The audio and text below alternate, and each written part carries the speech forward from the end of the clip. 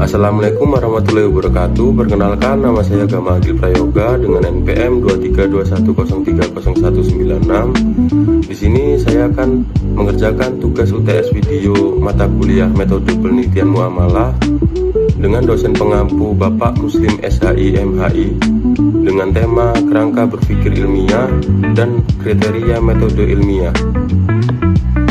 Nah, pembahasan yang pertama itu ada esensi berpikir dalam kehidupan. Manusia tidak pernah lepas dari kerangka berpikir untuk memahami setiap masalah yang muncul di hadapannya. Berpikir secara ilmiah hadir sebagai solusi untuk memperoleh pengetahuan yang benar serta dapat mempertanggungjawabkan. Melalui kerangka dan metode yang tepat, hasil penelitian akan bersifat logis serta memberikan dampak nyata bagi masyarakat. Nah, pembahasan yang kedua itu ada memahami kerangka berpikir ilmiah. Memahami kerangka berpikir ilmiah terbagi menjadi 3. Yang pertama, merupakan sebuah alur pemikiran yang menjelaskan bagaimana hubungan antara konsep variabel maupun fakta dalam sebuah studi. Dan yang kedua, berfungsi sebagai peta atau dasar peneliti agar proses penelitian berjalan secara terarah dan tidak keluar dari jalur. Dan yang ketiga, membantu peneliti dalam memahami permasalahan secara mendalam sebelum melangkah ke tahap teknis. Nah, selanjutnya pembahasan yang ketiga, landasan penyusunan kerangka berpikir. Kerangka ini tidak muncul begitu saja, melainkan harus disusun berdasarkan teori-teori yang relevan dengan topik yang diangkat. Teori tersebut dianalisis dan dihubungkan satu sama lain hingga membentuk suatu alur pemikiran yang utuh dan jelas. Melalui keterikatan antara teori ini, peneliti mampu menjelaskan hubungan sebab akibat dan fenomena yang diteliti.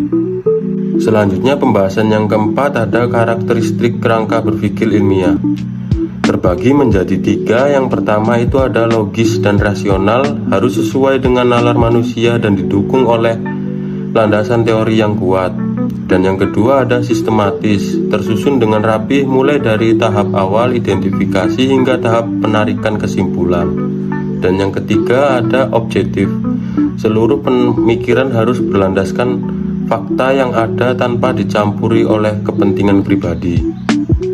Pembahasan yang kelima ada langkah praktis penyusunan, dimulai dengan proses identifikasi masalah yang ingin dicari solusinya, melakukan kajian mendalam terhadap berbagai teori yang bersinggungan dengan masalah tersebut, menghubungkan teori-teori tersebut untuk merumuskan hipotesis atau dugaan sementara yang akan diuji kebenarannya. Nah, pembahasan yang keenam ada mengenal metode ilmiah, merupakan prosedur atau cara kerja yang sistematis dan memperoleh ilmu pengetahuan yang valid, bertujuan agar seluruh hasil penelitian dapat dipercaya dan dipublik dan dipertanggungjawabkan secara akademik. Tanpa metode yang tepat, sebuah penelitian akan kehilangan arah dan kredibilitasnya. Nah, selanjutnya pembahasan yang ketujuh ada kriteria utama metode ilmiah. Terbagi menjadi 6. Yang pertama ada empiris. Penelitian wajib didasarkan pada data nyata yang bisa diamati, bukan sekedar opini kosong. Dan yang kedua ada objektif. Penelitian harus membesarkan diri dari subjektivitas agar hasil mencerminkan keadaan yang sebenarnya di lapangan.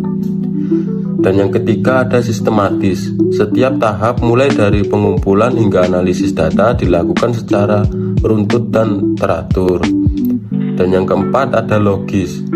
Setiap langkah dan hubungan antara variabel harus masuk akal serta mengikuti kaidah penalaran yang benar. Dan yang kelima ada verifikatif.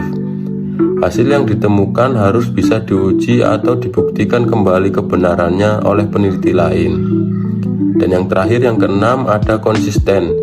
Jika dilakukan pengujian ulang dengan metode yang sama, maka hasil tidak akan menunjukkan perbedaan yang jauh. Selanjutnya pembahasan yang terakhir ada prinsip keterbukaan ilmiah.